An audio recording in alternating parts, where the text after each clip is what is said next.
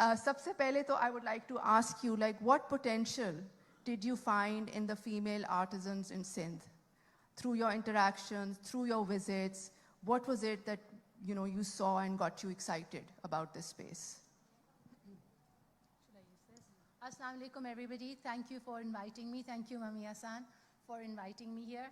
So I have been living in New York for 21 years. 15 of those 21 years were spent attending and participating in the largest international trade shows, the business-to-business trade shows in America that happen in New York, Atlanta, and Vegas. And in my 17 years of attending those shows, I never saw any representation from Pakistan, even the craft fairs, even the small handmade industries fairs. There has never been any representation from Pakistan. There would be a whole pavilion from India, there would be a whole pavilion from China, and then there'd be a mixed pavilion of other South Asian countries, but never of Pakistan. Having lived there for so long, I was asked several times why Pakistan doesn't participate in these trade shows.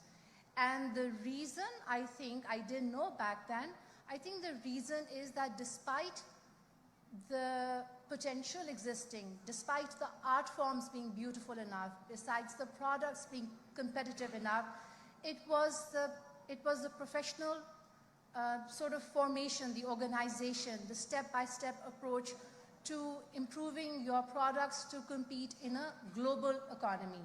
I think that is what, I might be wrong, but I think that is one of the things that is missing. And 21 years ago when I left New York and I came back 21 years later, they were exactly the same crafts. There was no change. The designs were the same. The cuts were the same. The colors were the same. Even the product range didn't change even 5%. Whereas if you look at other countries, every year they change. Every year they improve. Every year they are increasing their product portfolio. They're also increasing the price points they offer or the markets they are catering to. But despite having, Sadaffe, to answer your question, despite having the potential in Pakistan, it wasn't put together. I think a lot of things needed to come together and it did not. We have, I think, officially something like 12 million female home-based workers in Pakistan. Yes.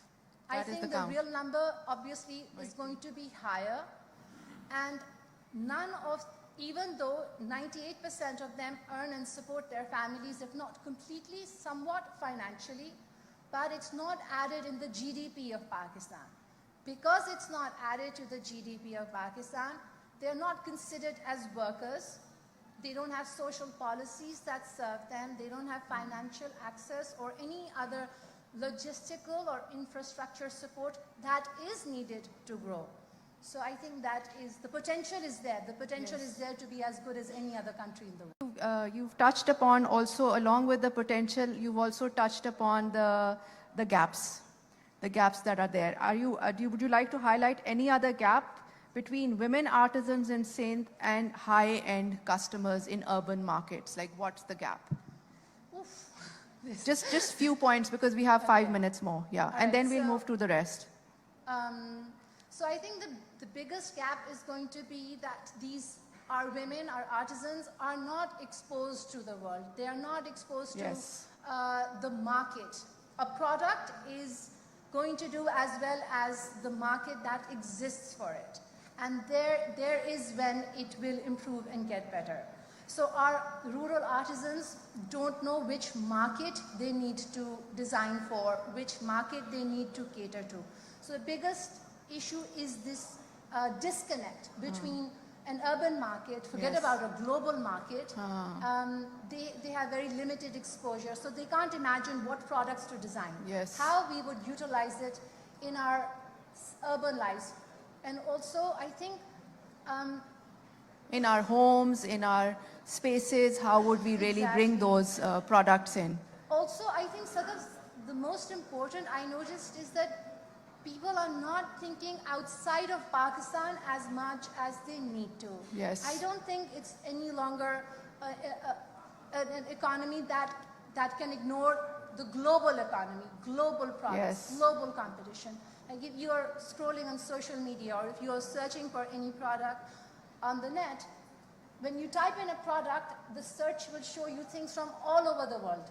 And that is the competition Pakistani artisans have to compete with. Right. And that's missing. Right. So tell us, Zain, I think ये बहुत अच्छा overview हो गया कि मसले क्या हैं. ये बताएं कि what steps did you take to bridge this gap? Okay, so to bridge this gap, I had a mentor. She was, I did a project for the EU and she was my boss there and she was just brilliant. And she had guided me really well. She had said, Zain, never work with artisans by asking them to change how they work. Sit with them, spend time with them in their communities, in their homes, observe them, speak to them about the issues and come up with solutions to address those issues that they participate in. So sort of like collaborative design, collaborative production, collaborative things. Right. And that was the best advice I've ever gotten in my life, because not only was I able to teach them in a more efficient way, I learned so much. It blew me away that 50% of the times I was wrong. I wasn't giving good enough directions. I wasn't being effective because I did not understand their situation, their limitations, and their handicaps. So आखिरी सवाल जो है, Zain, we really believe that the role of social entrepreneurs is very key in solving problems. So what advice would you have for a budding social entrepreneur who's looking at developing a social business? Social business क्या होती है? Social business होती है जिसमें आप business के असूल भी कर रहे हैं. You want to make profit, sustainability, but you are also looking at impact. So what would from your own personal journey, what are 3 things you think होनी चाहिए? Because बहुत लंबी गुफ्तगू हो सकती है. A lot of patience is needed. A lot of patience is needed because it's a frustrating journey if you're not patient. Number 2, you have to be able to adapt on a dime. You cannot be set in your ways and be like, this is how I work, this is my organization, and you need to work like that. That is not going to work. You need to be able to adapt, and then you have to teach them. You have to build capacity constantly. You can't be like, last year I taught you how to cut this, so forever and ever you will know how to do this. Because even I am learning things every day. Even I'm updating or upgrading myself or bettering myself. So constant learning, a lot of patience, and the ability to adapt very easily. 3 core things. Excellent, excellent points, and I would encourage everyone in this audience to check out Love Handmade Insta page. It's really beautiful and lovely products, and support this initiative. Thank you so much, Zain, for joining us. I want to highlight that, it's very exciting for me personally to see the journey of Love Handmade, because मैंने खुद इसको शुरू से देखा है start होते हुए, and I think it takes a very high level of passion, enthusiasm, hard work, along with, as Zain pointed out, patience, a genuine commitment to co-creating. So thank you for what you do. Keep it up. I want to add one last thing. I think another thing that made a big difference in how we succeeded was that I didn't teach these women as handicapped, as poor, as illiterate. I actually raised the bar instead of lowering it, because they live a compromised life. Sorry. So I actually raised the bar. I think these women have incredible strength. They have extreme intelligence, but the recognition of that intelligence in us is missing, because we judge them by not being able to read or write or talk. But you just have to figure out their intelligence and then work with those methodologies. So don't lower the bar because they are impoverished. Raise the bar. Think of them as equals, and it's going to pay back. Yeah, I think that's also a wonderful philosophy. कि हम जब किसी के साथ काम करते हैं तो हम क्या mentality लेके आ रहे हैं कि ये लोग बेचारे हैं, या we're treating them as equals and we're saying they have a lot of potential, a lot of promise, and let's raise the bar and together create something.